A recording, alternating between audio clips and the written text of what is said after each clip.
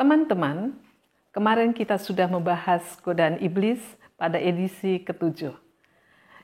Jika kebetulan belum menonton, silahkan menonton untuk mengetahui strategi yang digunakan iblis. Sekarang, pada edisi 8 ini, dengan nats yang sama, kita akan membahas strategi bagaimana menang atas godaan. Yang pertama kita perlu tahu, bahwa iblis menggunakan strategi pikiran. Dia berusaha untuk mempengaruhi pikiran kita supaya kita tidak mempercayai firman Allah.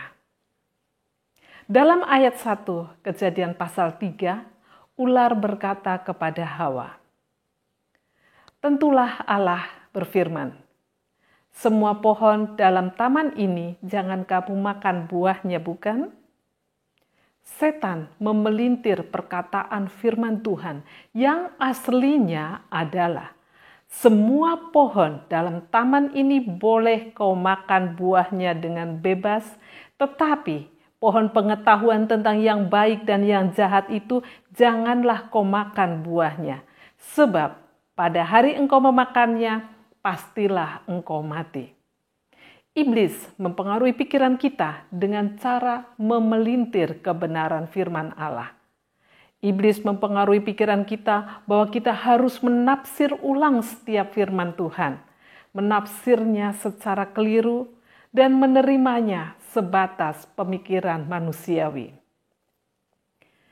Iblis ingin membuat kita bingung dengan logika duniawi supaya kita tidak memahami kehendak dan rencana Allah. Oleh karena itu, kita harus waspada. Back to the Bible. Kembali kepada Alkitab. Cek semua ajaran atau keyakinan yang diajarkan kepada kita. Pegang teguh kebenaran firman Tuhan, karena itu adalah sumber kebenaran dan kekuatan kita.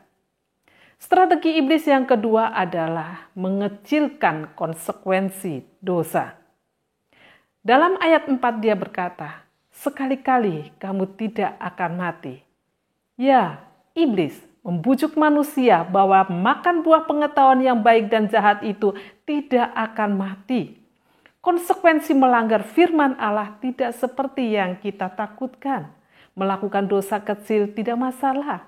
Berhati-hatilah.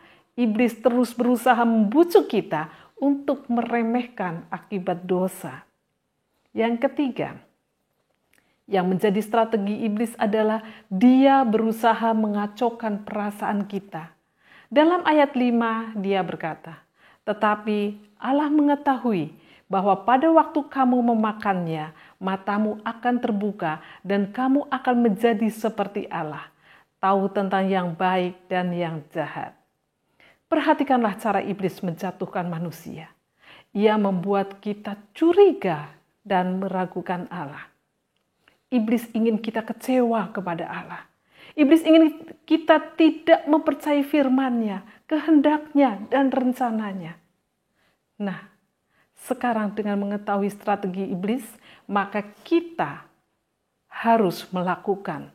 Yang pertama, tundukkan pikiranmu pada otoritas Allah. Seperti pada kitab Kejadian ini, Allah disebut dengan nama Elohim. Elohim artinya makhluk tertinggi yang harus ditakuti. Dia juga dipanggil dengan nama Yahweh. Nama Yahweh menonjolkan sisi sebagai pribadi yang berotoritas mutlak. Maka, sikap yang benar adalah tunduk. Tunduk pada otoritas Allah. Tunduk pada otoritas firman Tuhan. Yang kedua, kuatkan hati untuk menolak setiap godaan.